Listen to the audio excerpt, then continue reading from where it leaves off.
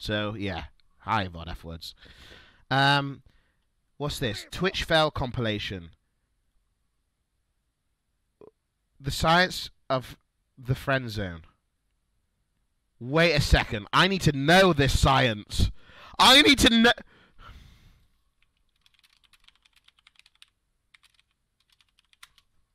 Is it too long? So, fundamentally, the friend zone is a bit of a relationship purgatory where, although it's not exactly gender exclusive, it's more often than not when a guy's sexual interest in a girl is met with only platonic friendship. And realistically, it's totally fine for a girl to like a guy's personality. Why the fuck does this... I know it's the wrong video, but why does this guy look like me? That's what's pissing me off. Yeah, but the other video is 9 minutes. This is 2 minutes. Do you want to watch the Vsauce 9 minutes one? This one or the Vsauce one? Vsauce? You love Vsauce. What's wrong with you? Why are you in love with Vsauce so much? Vsauce.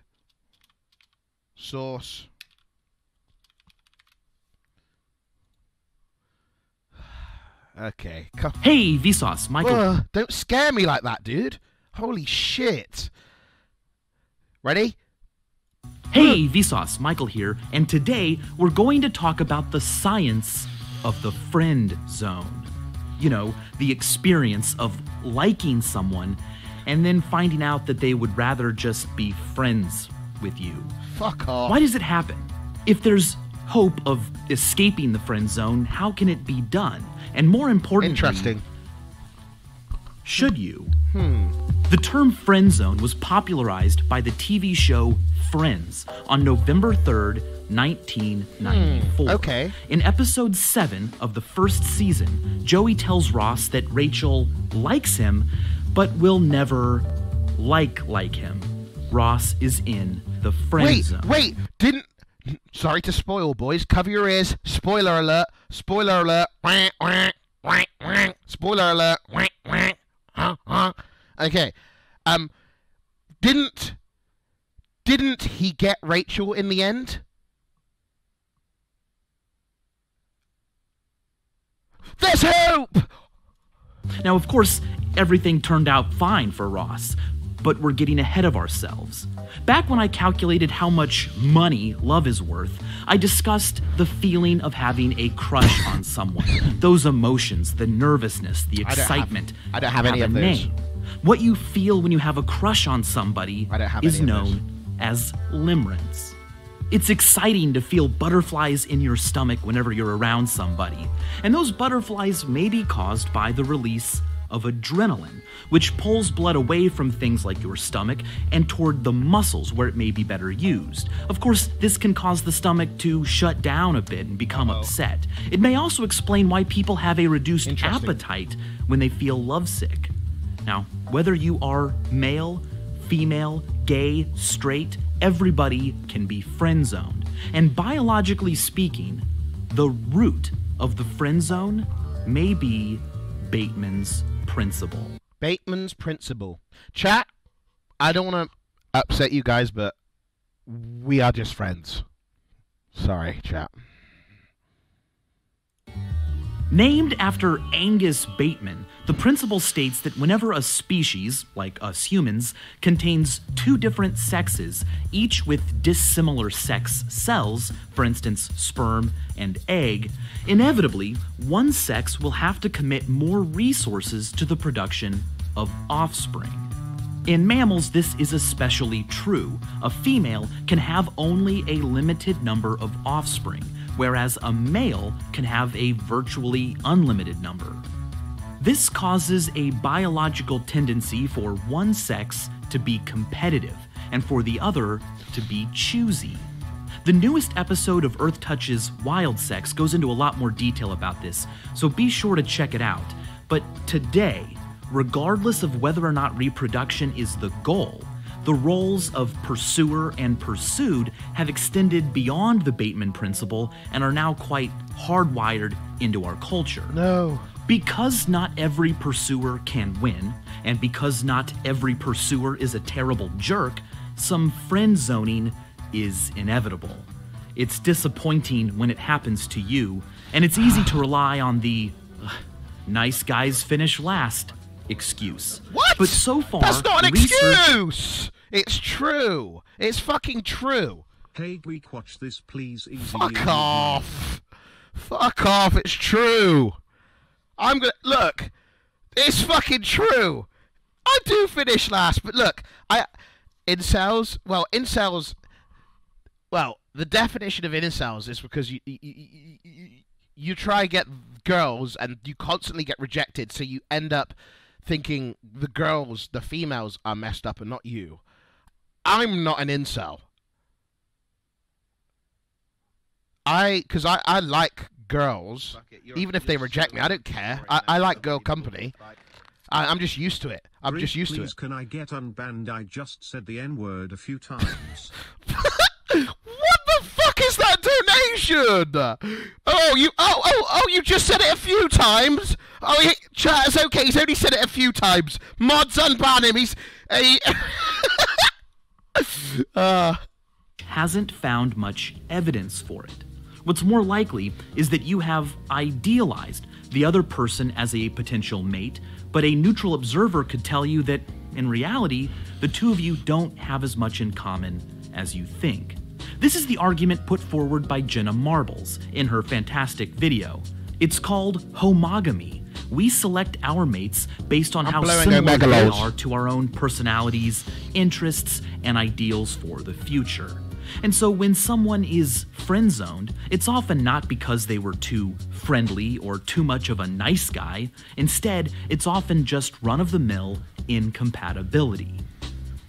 But let's not rule out being too friendly or too nice from every situation just yet. Marshall Fine described the friend zone as a penalty box that you're sent to when your only crime is not being buff or unobtainable enough. True.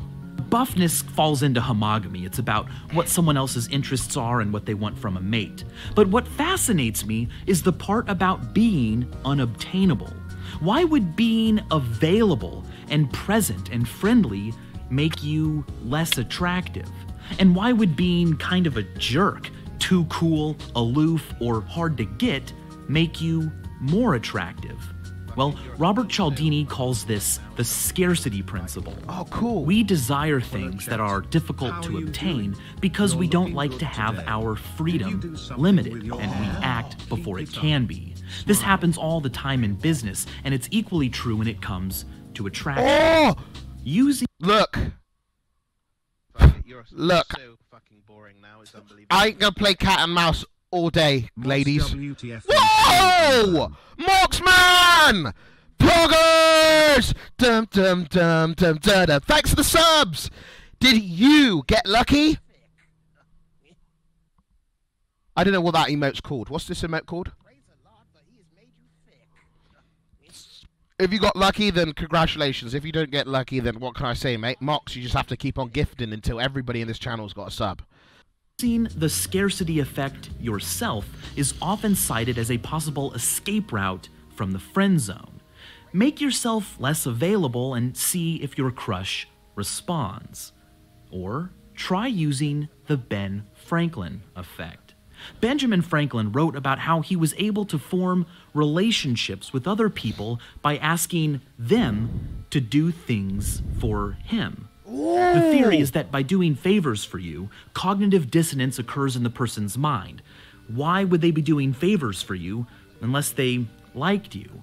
Now, it's no guarantee that you'll become more than friends, but just by simply becoming friends, you'll be doing something quite special. Because today, we all on average have fewer friends, fewer close individuals we can confide in than we did decades ago. And we hang out with those friends less than we did before. This phenomenon was explored famously by Robert Putnam in Bowling Alone. For instance, from 1965 to 1995, the number of minutes people of all ages reported spending per day with informal socializing, hanging out with friends, going to parties, hanging out at bars, or having informal conversations fell from 85 minutes to just 57. In about the same time frame, the number of picnics held fell 60%. And the number of times on average... Dude, I was the worst of... I'm Watch the this on YouTube. It's amazing. No. How to get out of the friend zone. No, I don't want to. We entertained friends at home fell from 14 to 15 times a year to a mere 8. We spend more time than we used to on entertainment, sleep, exercise, and transportation. Not bad things, but since the middle of the 20th century, the two activities that many of us still do that have decreased the most are attending worship service and hanging out with friends. We're also now spending time on this new thing called the internet. It's a great tool for communication and social networks, but like T.S. Eliot said of the telephone before it, the internet may simply allow us to speak to more people than ever before, but be more lonely doing it. Social networks have somewhat diluted the power of... Wait, Frapper? Pando? Zigtag? Blogbeat? Who remembered Bebo? Who remembers Bebo? Bebo. It's actually kind of weird. Once I went on Bebo, and there was this man. He was like 40 years old, and he said he was a modeling agent, and it was on a kids. Bebo was where kids used to go. Like we were all like 16, 15. And he used to take. He was like 40 years old. He used to take pictures of kids, and people like kids didn't understand. And he used to just. It was the weirdest shit ever. And then one day I saw the account got suspended, and the accounts like never got suspended. So that must have been really fucking serious. So he must have been a weirdo that took pictures of kids.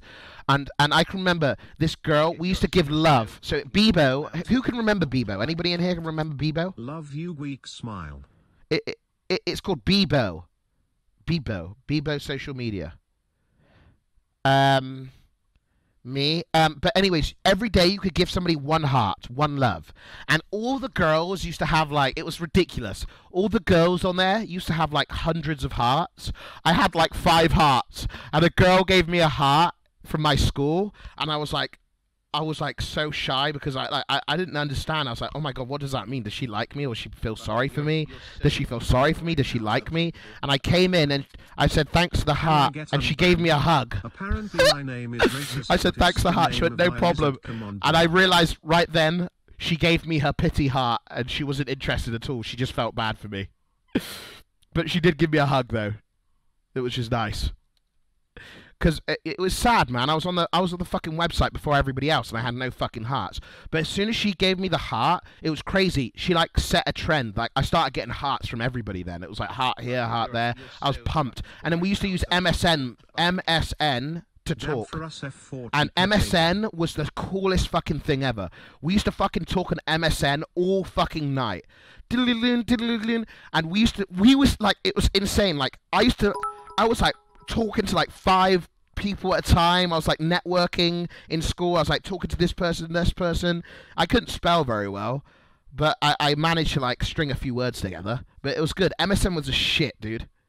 Of the word friend. Thanks for the 300 bits, before mate. MySpace or £5, Facebook, thanks. The word friend was on the way out. So much so that we had to start using a new word, best friend.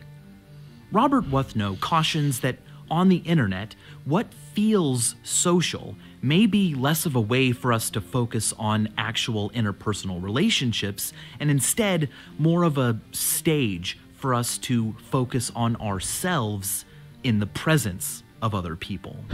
To be sure, virtual communities are often more equal because we know less information about our discussion partners like age, race, or gender. But what we gain from anonymity often comes at the cost of an evening out of interests and values.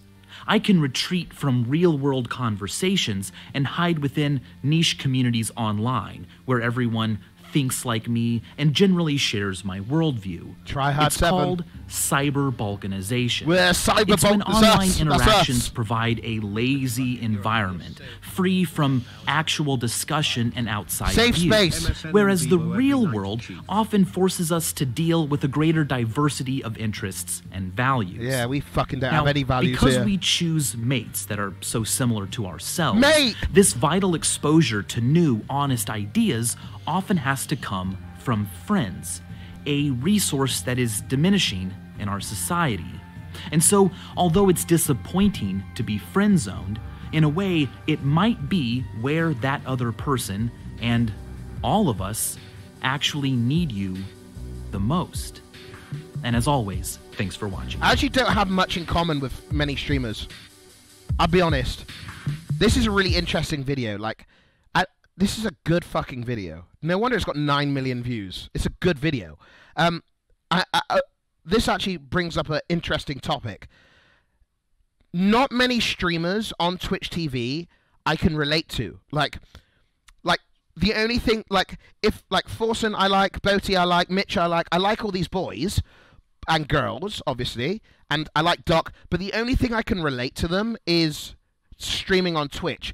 If it wasn't streaming on Twitch, I wouldn't have anything to relate to them. I wouldn't be able to talk to them. I couldn't be bothered. It'd be honestly like, it depends. Like, you have to be a certain sort of person to talk to somebody. You have to be really interested sort of person. Like, some people are just really interested in other people, and that's how they live life. They're like, oh, what's your story? Oh, that's cool. That's interesting. Oh, cool. That's your point of view. But me personally, I don't like. I'd rather just sit and just watch fucking meme videos, spam tryhard7, and not give a shit. TJ talk to each other. Try.